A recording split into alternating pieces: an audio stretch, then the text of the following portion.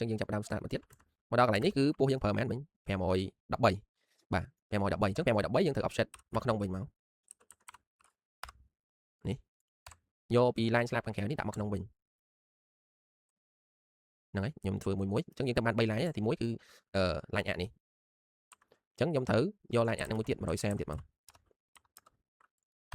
បាទ condition យើងមើលទៅអាចវារៀងច្រើន line តិចបាទទីទៀតយើងធ្វើការលុបចេញហើយយើងចាប់ដើមធ្វើការ trim ឲ្យកាត់ប្រើចឹងបន្តមកទៀតចូលដល់ line ទី5ហើយខ្ញុំត្រូវយកនៅកម្ពស់កន្លែងនេះមួយដើម្បីខ្ញុំបញ្យល់ធ្វើ rafter នេះចឹងខ្ញុំយកពីនេះមកជាទូទៅគឺវាស្ថិតនៅកណ្ដាលនេះចឹងខ្ញុំយកចំណុចកណ្ដាលមួយសិនមកហើយដាក់ x line ម្ដងទៀតចាំយើងចុចពី point នេះហើយនេះគឺ point របស់យើងD ហ្នឹងចឹងខ្ញុំរកចំណុចកណ្ដាលមកអូខេនេះចំណុចកណ្ដាលអញ្ចឹងអានេះគឺជាខ្នងរបស់យើងចង់យកអាហ្នឹងវាជា line របស់ double យើងត្រូវ offset មកក្រោមវិញអញ្ចឹងឧទាហរណ៍ថាអានេះជា line របស់ double ខ្ញុំត្រូវដាក់អាចដាក់ pole Q ដែរដើម្បីចំណាំអញ្ចឹងចុះពី line double មកតោះនេះត្រូវដឹងថាបើសិនជាយើងប្រើ Z 150កន្លែងនេះគឺយើងត្រូវ offset 155បាទហើយបានត្រូវដាក់155ព្រោះយើងត្រូវទុក gap កម្រិតលំអៀងរបស់ការផលិតរវាងខ្នង rafter ជាមួយនឹងបាត AZ យើងអាចដាក់150មកបានទេ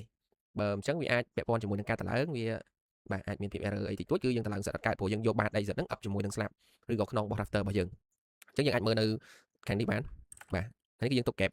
ថា5លីកន្លែងហ្នឹងបាទទីទូទៅគឺយើងទុក5លីបាទតាមក្រុមហ៊ុនខ្លះគឺគាត់អាចទុករហូតដល់10លីឬក៏មួយហ៊ុនហ្នឹងដើម្បីទុកទម្លាតដីសិតរបស់គាត់ជាមួយនឹង rafter បាទអញ្ចឹងយើងចូលមកទៀតមកបើសិនជាកន្លែងនេះយើងទុក5លីយើងត្រូវ offset ចុះក្រោម155បាទអានេះមកហើយយើងដូរពណ៌វាអញ្ចឹង line កន្លែងហ្នឹងគឺជា line បាទខ្នង rafter របស់យើងបាទកន្លែងហ្នឹង line ខ្នង rafter របស់យើងអញ្ចឹងយើងត្រូវមើលទៀត rafter របស់យើងយកធ្វើប៉ុណ្ណេះទីណាយើងយក512យើងដាក់512មក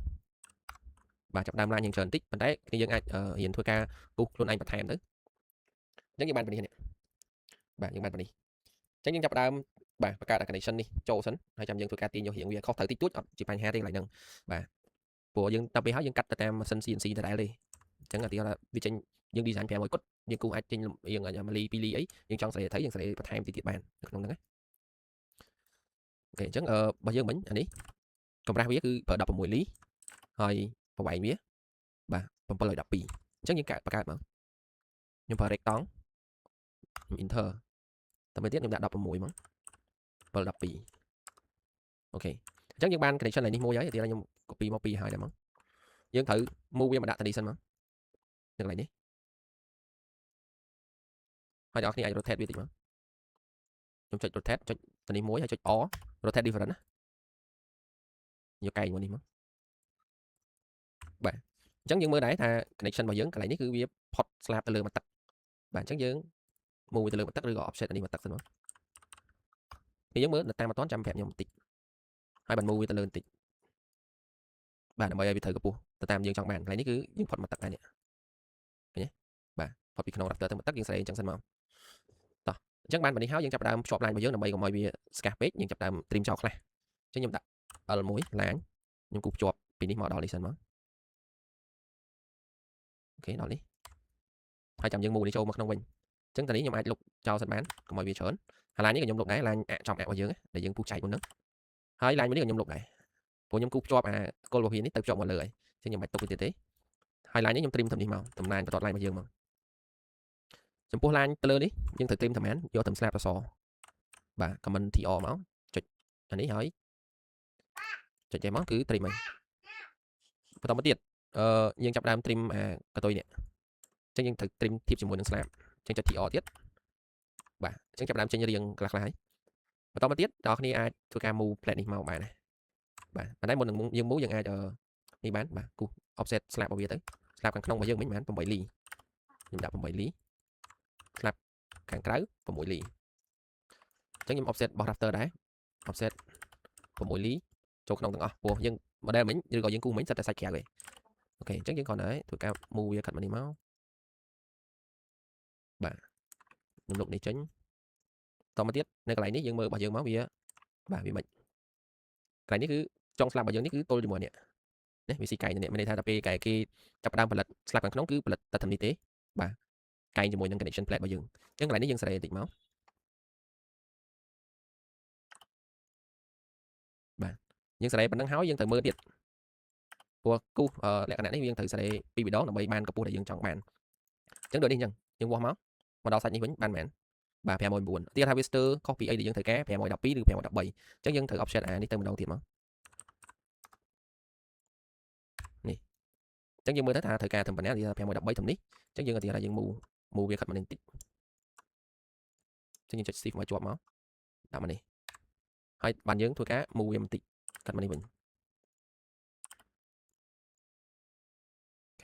តែយើងមកឆែកមកលើមកបើយើងគ្រប់អត់បាទ100គ្រប់អញ្ចឹងយើងឆែកនេះមួយទៀតបាទ512ទីខ្ញុំធ្វើការត្រីមនេះចោលអូខេខ្ញុំយកប៉ុណ្្នឹងមកអានេះខ្ញុំត្រីមដែរអញ្ចឹងអានេះវាត្រូវຂະຫນាតដែលយើងត្រូវការណាបងប្អូនដូចនេះ513អញ្ចឹងគឺ513ពេញ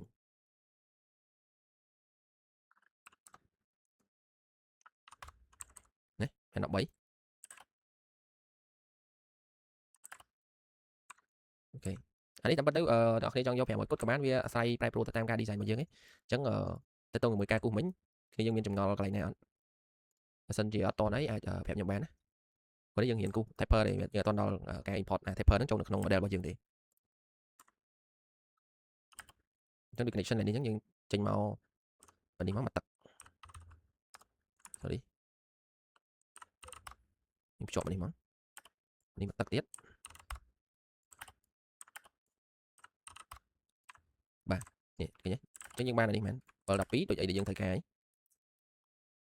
បន្តមកទៀតយើងនៅសល់ខាងលើនេះតកតងជាមួយនឹង taper នេះយើងអត់ទាន់ទៅកម្ពស់ដែលយើងចង់បានទេណាអានេះវានៅ500ជាងត្រែលអញ្ចឹងយើងត្រូវចង់បានមែន260អញ្ចឹង260យើងត្រូវ offset អានេះវិញស្លាប់ខាងលើ offset ចំក្រោមមក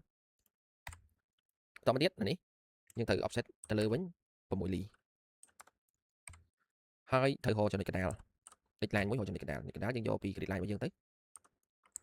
បាទយើងធ្វើការ trim អានឹងចោលឲ្យអស់កុំឲ្យច្រឡំលុបនេះចោលលុបនេះចោលឬក៏ទុកអា line កណ្ដាលហ្នឹងសិនក៏បានដែរ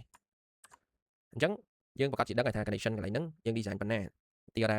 កន្លែងនេះយើងយកចេញពី slab ទៅលើ100មកខុស100អញ្ចឹងបើសិនជាកន្លែងនេះ260អ្នកគ្នាដឹងថាមកកាត់របស់យើងទៅប៉ុណ្ណាយើងអាចបូកថាថែមលើ100ខុស100ទៅអញ្ចឹង260បូកថែម100លើ100ខុសវាឡើង460ហើយកម្រាស់របស់យើងប្រើប៉ុណ្ណាដូចនៅក្នុង drawing របស់យើងនេះអញ្ចឹងយើងប្រើ16លីអញ្ចឹងយើងដាក់មកប្រើ rectangle ដដែលមក16បាទក្បៀស1យក460ហ្នឹងហើយយើងបាន connection យើង copy ថែមឬដាក់តែមួយចឹងក៏បានដែរយើងចង់ mirror ក៏បានអានេះគឺអាកណ្ដាលអញ្ចឹង plate ហ្នឹងគឺត្រូវឈរនៅចំហៀងខាងឆ្វេងនេះអាយើង move ទៅលើ100បាទអញ្ចឹងកន្លែងនេះអ្នកគ្នាមើលបន្ថែមខ្ញុំអាច trim នេះចោល trim នេះចោលកន្លែងនេះបើសិនជាអ្នកគ្នាចង់បានសាច់ពេញដដែល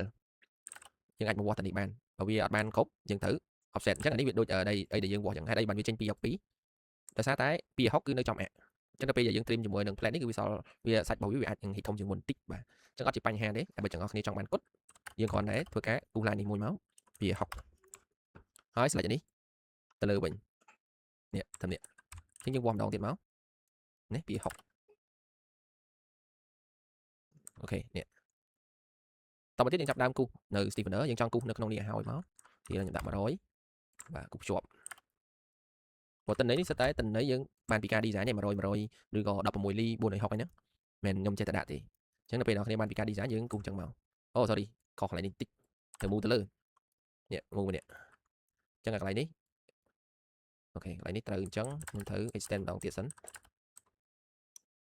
ខ្ញុំចាប់ទាញមកខ្ញុំត្រូវទៅទៀតក្រោមនេះដាក់នេះមកហើយយើងលុប align លើនេះចេញនេះ stretch នេះចុះបន្តិចមកអូខេអញ្ចឹងអានេះមានប៉ុណ្ណឹងឯងហើយ line នេះសង្កសីចាំយើង trim តាមក្រោយទៅគិតថាវាដូចទៅដល់ណាបាទរូបរាងវាមិនយើងអាចមើលទៅតាមនឹងបានដល់ line នៅកន្លែងនេះយើងចាប់ដើមធ្វើការគូស base plate វា base plate វាអ្នកគ្នាបើសិនជា design ដូចនេះអញ្ចឹងមានន័យថាយើងគូសមិនហ្នឹងគឺយើងគូសដល់ level 0អញ្ចឹងកន្លែងនេះគឺវាឡើងពី level 0ទៅមែនបានដល់បាត base plate យើងបោះមកបាទ520បានដល់នេះព្រោះធំនេះកសបាទ470ឬក៏480ហ្នឹងអញ្ចឹងយើងថានេះមកដល់នេះត្រឹម520ទៅដល់បាត base plate យើងហើយបាត base plate យើងប្រើ20លីអញ្ចឹងខ្ញុំគូសមកខ្ញុំ offset ទៅលើ520ព្រោះនេះដូចគួរឲ្យអ្នកគ្នាមើលម្ដងទៀតអញ្ចឹងខ្ញុំ stretch វាទៅលើវិញហើយបាត់យើងគូស base plate បាទអញ្ចឹងយើងដឹងថាបាតរបស់យើងប៉ុណ្ណាសាច់ពីក្រៅដល់ក្រៅនេះ thì 260 ចឹងខ្ញុំយកធំជាងបាទកែមនឹង10ទៀតចឹងវាឡើងមែនបាទ260 280ចឹងខ្ញុំដាក់មក280.20ចឹងខ្ញុំធ្វើការ move